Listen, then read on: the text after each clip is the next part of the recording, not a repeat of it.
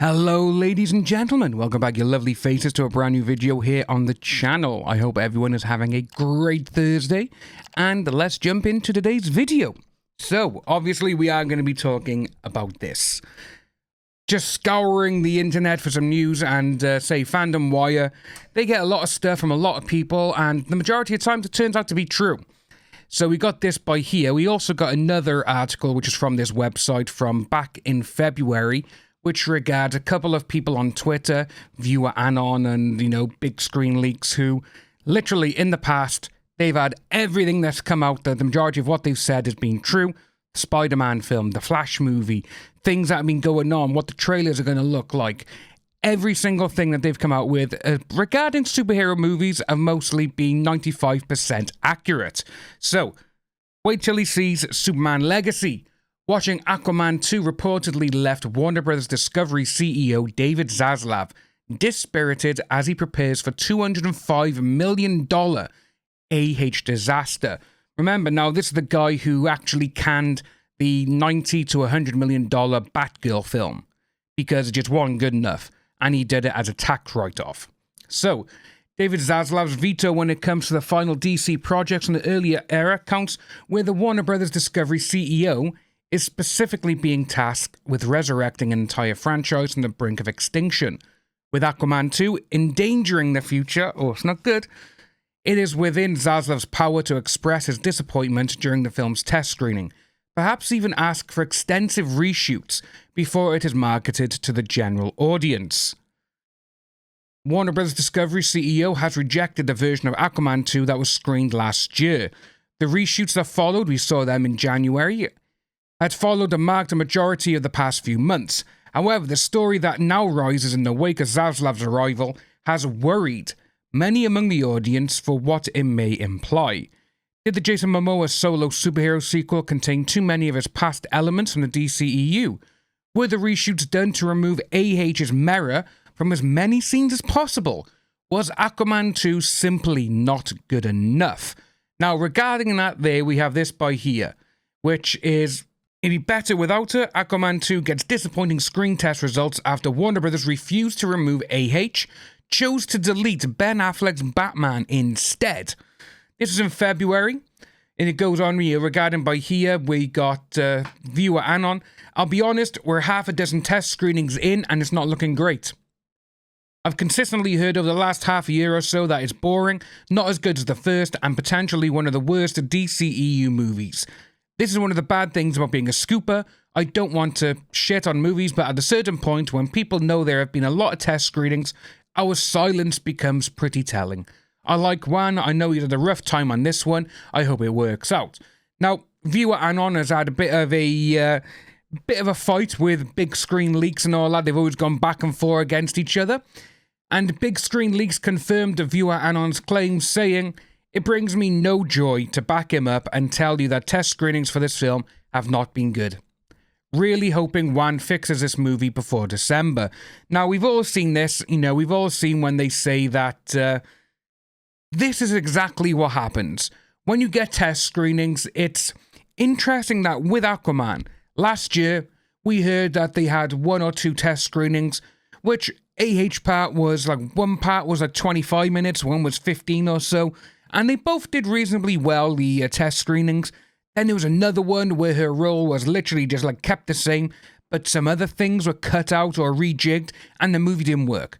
And they just kept going forward and forward with these bad takes on the movie. And it does carry on. In the aftermath, however, the sequel has now become a bearer of the burdens of the past, as well as the hopes of the future. Not only will Aquaman 2 mark the closure of the DCEU as we know it, but also herald a new future. And as such, Zaslav's wish to mark the end of an era with a big bang should not come as a surprise to the fandom. Rather, what should worry the majority is the CEO's vision for the DCU. With the level of hands-on involvement that he has shown with Aquaman 2, how the movie pans out will also determine how he envisions the films of the franchise to be portrayed as. It all comes down to personal preference, if you ask me, with these type of films. Again, if you have a test screening and they're like, you know what, yeah, that did really well, let's keep it at that. Let's just try and rejig a few little tiny things. see what they wanted, see what was good, see what was bad, and try and just make them a little bit better than everything else. But they didn't. They decided to recut the movie in a different way, and this is what happens when you get a studio who literally, no, we want to do this, we want hands-on, these are the notes, which what's to have seemed to have been going on with this and a lot of the other films at this moment. It goes on regarding Superman Legacy, which fans have grown increasingly bitter at the inconsistency of DC, which, yeah, there's so many things they've done, it's just like, why have you done that, So, it's no news that DC has lacked the cohesion and vision that is needed to maintain a world of comic superheroes, narrative arcs, and timelines as vast as that of DC. The only IP to be exploited is Superman and Batman, two of the oldest and greatest creations of the comic world. With James Gunn's arrival, the fandom's hope has started to rise once again. Now, as you can go, I've highlighted it by here for us. Largely your eyes, and especially David Zaslav showing such restraint with what gets projected onto the screen with Aquaman 2, the constant disappointments that DC has delivered in the past have now embittered the fans regarding what's to come. So, home at DC, they put out this tweet. David Zaslav was reportedly not too happy with what he'd seen of Aquaman and the Lost Kingdom, and that was from yesterday. People are replying, future news, David Zaslav was reportedly not too happy with what he'd seen of Superman Legacy. Which you never know, that may come out and be true. Is this movie ever gonna see the light of day? It's over. It's never been more over than it is now. You got another one by here. The more I think about Succession, the episode called This Show at the Factory is just a genius title. It fits the DCEU perfectly. Of course there's bad news. Of course there is. Just scrap it. Doesn't matter anyways. And this is what we got regarding it. Aquaman 2 will continue with Arthur Curry's narrative as the plot goes global rather than be confined to the oceanscape like its predecessor. Directed by James Wan, the film boasts an active involvement from its lead, Jason Momoa, who has spoken extensively about his wish to indoctrinate the narrative about the world's currently endangered conditions of the sea and its marine life. Comes out December 20th of this year. Now, so much is going on with this. It's like, well, when you got people coming out and when you got David Zaslav saying all this as well, the guy who actually runs Warner Brothers and DC, it's not looking good. It's really not. And if they do any more reshoots this year, it'll more than likely be from next month or June onwards.